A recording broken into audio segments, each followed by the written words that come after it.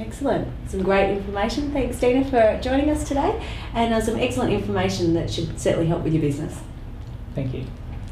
We now return to Tim James and his 5-step plan to manage computer documents. So now, on that chart you've got there, the 2 steps that you've done is write your business name, so that will be the overriding folder. Underneath that you'll have 5 or more folders given those names. So only information that relates to, or documents that relate to these areas, go in or underneath each of those.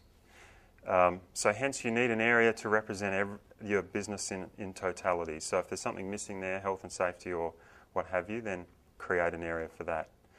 The 3rd step is in essence to create the folders that come underneath each of these functional areas for your business. And the way in which to come up with what they will be is one way is to think about the volume of information you have and start to list down the folders that your business requires. Now the absolute key to this, because it's simple, it's just a logical process, is consistency. So if you have more than one employee, the key is consistency and everyone using the same system. All marketing information under marketing, all personnel under personnel, etc. It's simple, it's easy, and there are many, many businesses now working with this. I've personally worked with about 40 to help them implement it, and it's one of the biggest things they say to me after doing it is, oh, I found it so simple now to find documentation, and that's what today's all about. So what I'm asking you to do is to start writing those folders down, and I know some people are and some people aren't, and that's cool. Perhaps you might want to do it after today, and time flies. One of the biggest tasks with this is, step 4, is in essence to create the folders. Step 4 essentially is to create this, is to take this back and create it on your computer system. Step 5 is to move everything over into this model. That's the big task that can take a lot of time, because people tend to have usually 2 different places at least of storing information, perhaps one under public and one under just this structure that they've created for their business, and maybe they've got another laptop or a memory stick, and you've got to get all the information off those and bring it all together. What I'm suggesting is bring it all together. Use a model such as this. It works for lots and lots of different businesses. What I'll also say is that this model, I've worked with businesses ranging from 0 turnover up to about $12 million. So it's very expandable to your business growth and as it grows. But has anyone got any questions? Yeah, so it could be a subfolder under operations. Yeah. Yep. As the business grows, all these folders become all these folders.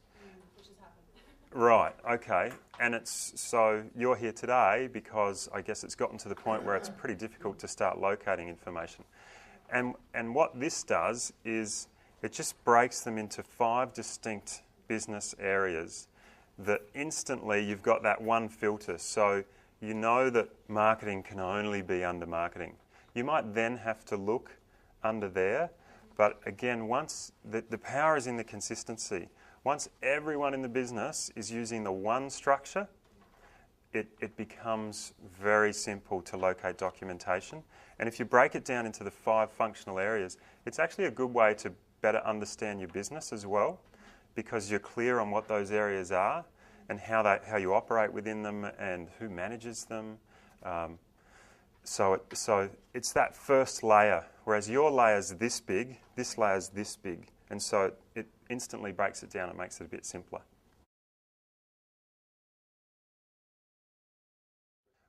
One of the things that I have seen businesses do and help them do is simply put an archive folder under each one of these.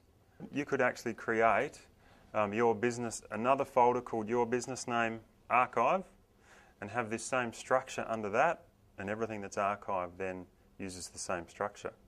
It's just under a folder called Business Name Archive. Your business will determine when you want to archive. So one of the subfolders can be an archive folder, and that's what I've worked with businesses on in the past. Or my other suggestion is create a separate folder called Business Name Archive and follow the same model. And then it's just a decision as to when. For more details on any of the stories from this episode, as well as access to a selection of free resources from Business Bites, including videos and podcasts, please visit businessbites.org.au. Thank you for watching Business Bites. See you again soon.